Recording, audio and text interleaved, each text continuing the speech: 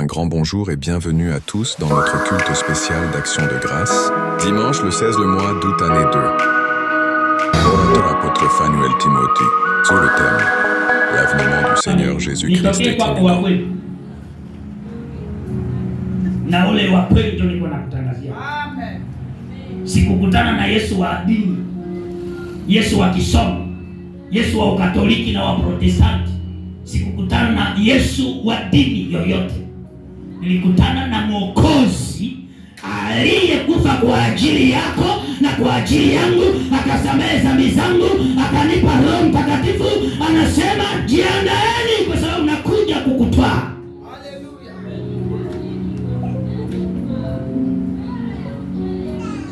Matthieu 18. Est-ce qu'elle parle? Luc 18. Tupatie Luc 18.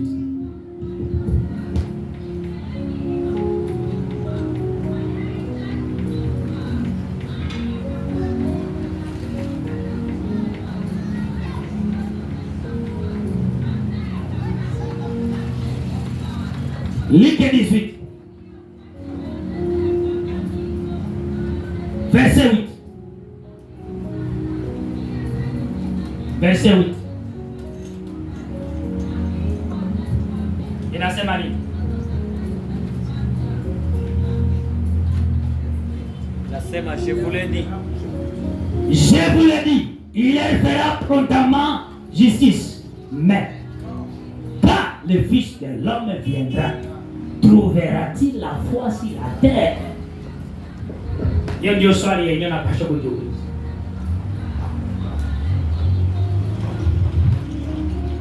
Je, Yesu atakaporudi atakukuta kwa imani? Atakukuta kwa na imani? Jibu wewe pengo nani? Napenda kale kaneno, mais quand le Fils de l'homme viendra, trouvera-t-il la foi sur la terre? Je, mwana wa Adamu atakaporudi ataikuta imani duniani?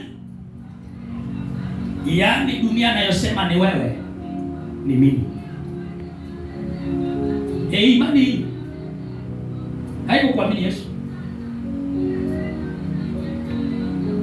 Si watu wiko wanaacha Yesu alimwamini na wakabatizwa.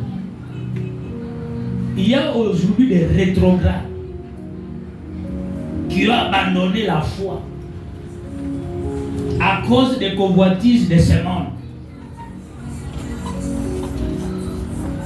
Kuna mtu alikuwa kanaenda mugwati deni, alikuwa na vala vibaya, anataka abakie vile vile mu Yesu. Alikuwa wa kuvala ovyo ovyo, hima pantalo, hima kola, hima kapitula. Anaamini Yesu anabatizwa, anapenda abakie yule yule. Yesu gani mwenye anaweza kuacha ule ule? Mimi nashangaa leo watu wanaokoka. Zamani watu walikuwa wanaokoka zamani zile. Mtu anakuya aliokoka na madrede mkichwa. Apre bateme yake wala baba teme yake, alishamuraze kichwa yote, drede zishaenda wapi? Zishatupiwa. Leo mtu anaokoka alikuwa na kofia ya mzuri sana, okoka anaongeza dread ya wenye zamani walitupaka. Leo mtu aliokoka anasema aliokoka, amebatizwa kwa maji mengi na kwa jina la Yesu, kwa sababu ubatizo wa kweli ni jina la Yesu. Kama mtu anabatizwa jina la Yesu haitoshi, lazima ufanye nini? Uendelee maisha ya utakaso ukimwogopa Mungu na kushika kweli ya neno lake na kutembea muimani ya mafundisho ya mitume mpaka Yesu atakaporudi.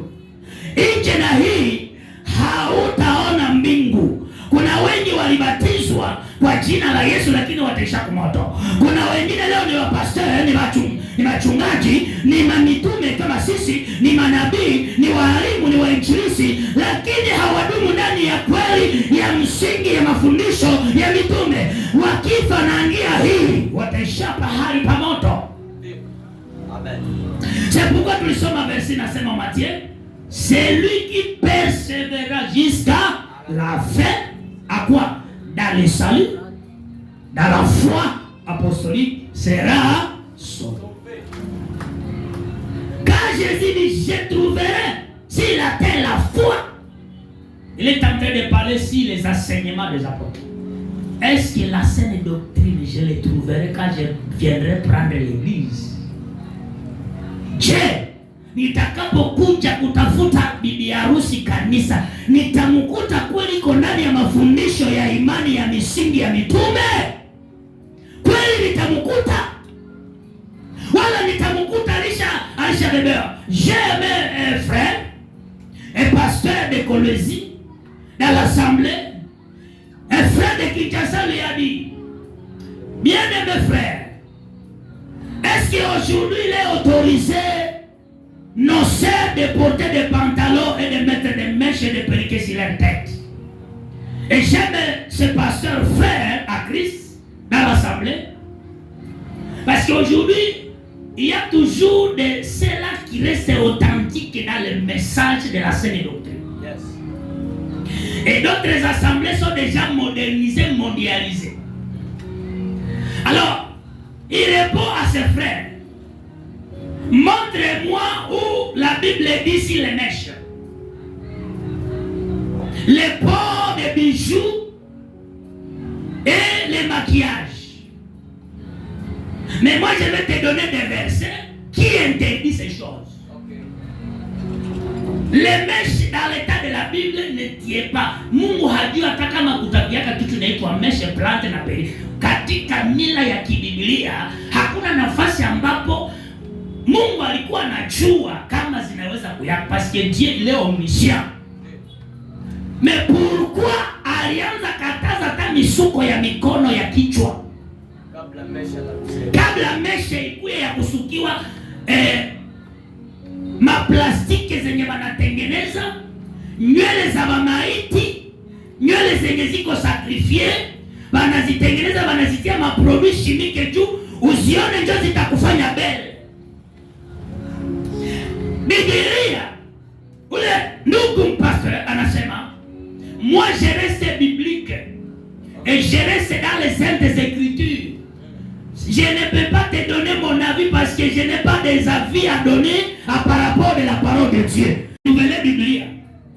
Sio vile afanye Biblia moderne yenye iko leo, kwa sababu saa Biblia inaandikwa les mèches, les plantes, les perruques ne tiennent pas. Andashoke wanawake wa Kristo wanaweza anza kuvala mamesha na maplante na maperike. Na vya kusukiwa vikuwe autorisé ndani, parce que dans la Bible on interdit les femmes croyantes de ne pas se stresser les cheveux. Tudevele bandugu yangu. Ça, ce sont des signaux qui montrent quelle heure nous avons, quelle heure nous traversons. Tout cela nous prépare à l'avènement du Seigneur, kurudi kwa Bwana. Femmes qui s'habillent comme des pites, comme des simpidiques, à parler le nom de Jésus. C'est pourquoi Matthieu dit, vous verrez les faux prophètes. Au verset 11, chapitre 24, verset 11. Les faux prophètes. Les faux prophètes, c'est tous ceux-là qui prédisent des choses qui ne sont pas conformes à la parole de la vérité ou de la foi apostolique. Tout ce qui contredit la vérité de la parole de Dieu. Mais il prophétise pour les gens. Nazomona, je vois. Tu vois quoi? Tu ne vois ukonaona tu mambo ya watu, ukonaona kazi, ukonaona tundo, ukonaona kwenda Ulaya, ukonaona tu, ukonaona mwingine itaendelea. Mbona hamyasema kama vita itaisha siku gani? Mbona hamyasema kama vita ya Ukraine na Russia na Hamas na Israel na Iran na Amerika, kama ile vita itaisha namna gani? Mbona hamyasema kama vita ya FNF na gouvernement central kama itaisha siku gani? Mbona hamyaprofetize des personnes faibles spirituellement, vérité de la parole. Sasa nakwambia utaoa, wamekuprofetize.